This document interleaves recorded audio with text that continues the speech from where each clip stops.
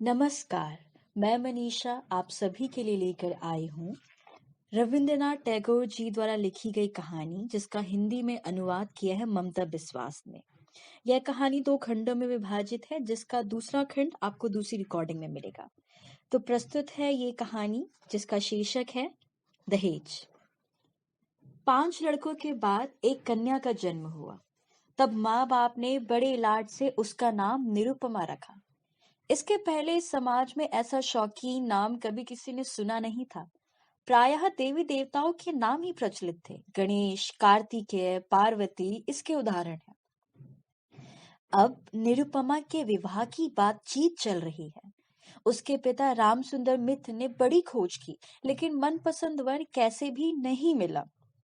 अंत में एक बड़े राय बहादुर के घर के इकलौते लड़के को खोज निकाला। उक्त राय बहादुर के पैतृक जमीन जायदाद बहुत कम रह गई है, पर घर तो खानदानी ही था ना। वर पक्ष ने दहेज में 10,000 की रकम और अनेक प्रकार की दान सामग्री की मांग की। रामसुंदर बिना सोचे विचारे ही राजी हो गए। ऐसे पात्र को कैसे भी छोड़ा नहीं जा सकता। कैसे भी रुपयों की व्यवस्था नहीं हो पा रही है। गिरवी रखकर बेचकर बहुत कोशिशों के बावजूद भी 6-7 हजार रुपए बाकी रह ही गए। इधर विवाह का दिन करीब आता जा रहा है।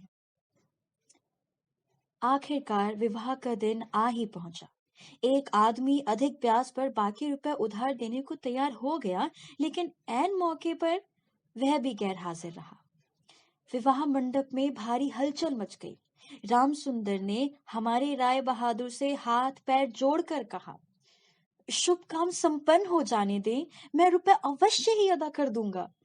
राय बहादुर बोले, रुपए मिले बिना वर को मंडप में नहीं लाया जाएगा। इस दुर्घटना के कारण अंतःपुर में रोना धोना मच गया।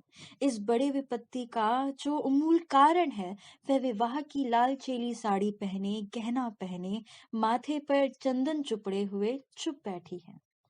भावी ससुर कुल के प्रति उसमें बड़ी भारी भक्ति या अनुराग उत्पन्न हो रहा हो, ऐसा नहीं कह सकते।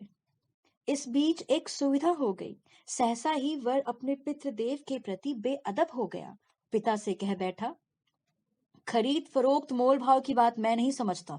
विवाह करने आया हूं, विवाह करके ही लौटूंगा।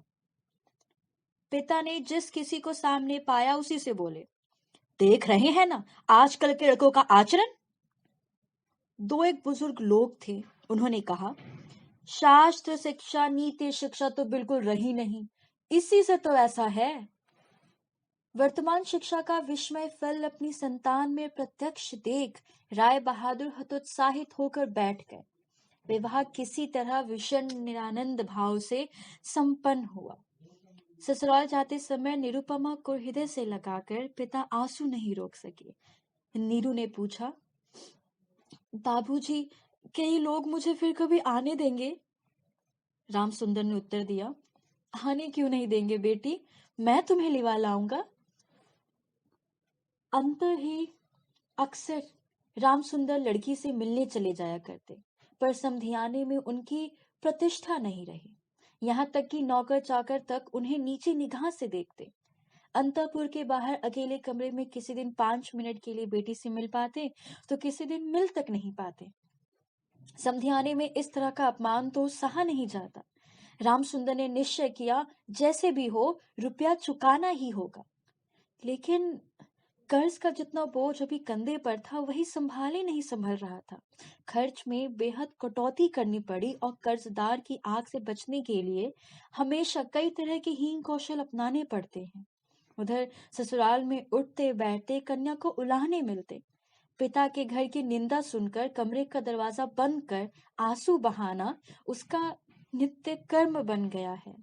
विशेष रूप से सास का आक्रोश किसी भी तरह नहीं होता।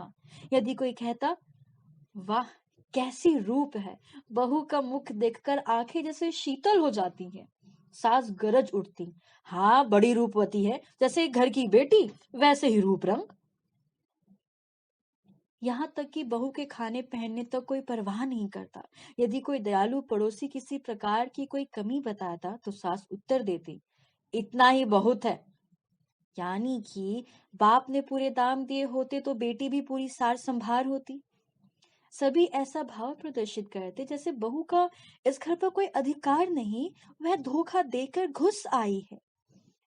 शायद कन्या के अनादर अपमान की ये सारी बातें कानों कान अंत में राम सुंदर तक पहुंची होंगी। वे घर बार बेचने का प्रयत्न करने लगे, लेकिन लड़कों को वो बेघर बार का करने जा रहे हैं, यह बात उनमें छुपाए रखी। उन्होंने निश्चय किया, घर बेचकर फिर उसी को किराए पर ले लेंगे। ऐसे कौशल से चलेंगे कि उनके मरते दम तक यह बात लड़के जान तक नहीं पाएंगे। लेकिन लड़के जान गए। सब आकर रोने चिल्लाने लगे, खासकर बड़े तीनों शादीशुदा लड़के, जिनमें से किसी किसी के संतान भी है। उनकी असहमति बड़ी महत्वपूर्ण थी। घर की बिक्री स्थगित रही। तब राम सुंदर इधर उधर से भारी ब्याज पर थोड़े थोड़े रुपए उधार लेने लगे। इसका नतीजा यह हुआ कि गृहस्थी का खर्चा चलना मुश्किल हो गया। नीरू पिता का मुख देखकर सब कुछ समझ गई। वृद्ध के पके केश, सूखा चेहरा और सदा संकुचित भाव में दैन्य और दुश्चिंता प्रकट हो गई। कन्या के आगे जब पिता अपराधी है, तब वह अपराध अनुपात क्या छिपा सकता है? समझाने की अनुमति से क्षण भर के लिए कन्या से साक्षात्कार होता, तब पिता की छाती कैसी फट रही होती, यह उनकी हंसी देखकर ही अनुमान हो जाता है। नीरू उस व्यथित पितृ हृदय को सांत्वना देने कुछ दिन के लिए मायके जाने को अत्यंत अधीर हो उठी। वह पिता का म्लान मुख देखकर दूर नहीं रह सकती थी।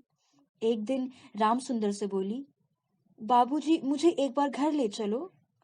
रामसुंदर ने कहा, अच्छा। किंतु उनका कोई जोर नहीं। अपनी पुत्री पर पिता का जो स्वाभाविक अधिकार होता है, जैसे दहेज के बदले गिरवी रख दिया गया हो। यहाँ तक कि अत्यंत संकोच के साथ पुत्री से मुलाकात की भीख मांगनी होती, और उसमें कभी कभी निराश होने पर भी दूसरी बार कुछ कहने का मुख नहीं रहता। किंतु पुत्री के स्वयं मायके आना चाहने पर पिता उसे ना लाकर कैसे रह सकता है? इसलिए समधी के पास इस आशय की अर्जी पेश करने से पहले रामसुंदर ने कितने अपमान, कितने नुकसान सहकर जो 3,000 रुपए संग्रह किए, उस इतिहास को गोपनीय रहना ही भला है। वे कुछ नोटों को रुमाल में लपेट चादर में बांधकर समधी के निकट जा बैठे। पहले हंसते हुए मोहल्ले की चर्चा छेड़ी।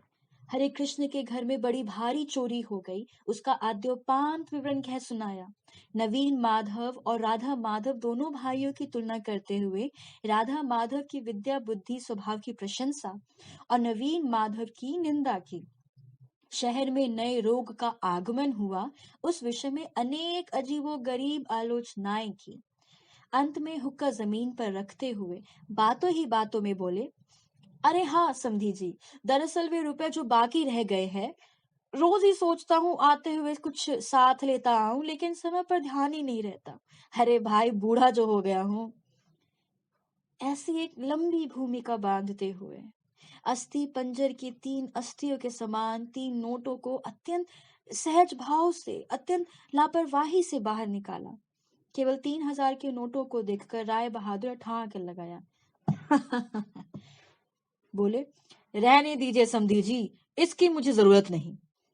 एक प्रचलित देसी कहावत का उल्लेख करते हुए बोले, छोटी सी बात के लिए वे हाथों को बदबूदार नहीं करना चाहते। ऐसी घटना के बाद कन्या को घर ले जाने का प्रस्ताव कोई जबान पर नहीं ला सकता था। केवल राम सुंदर ही थे जिन्होंने सोचा, यह सब रिश्तेदारी का संकोच अब मुझे शोभा नहीं देता। मर्माहत हो काफी देर चुप रहने के बाद अंत में मृदु स्वर में बात चलाई।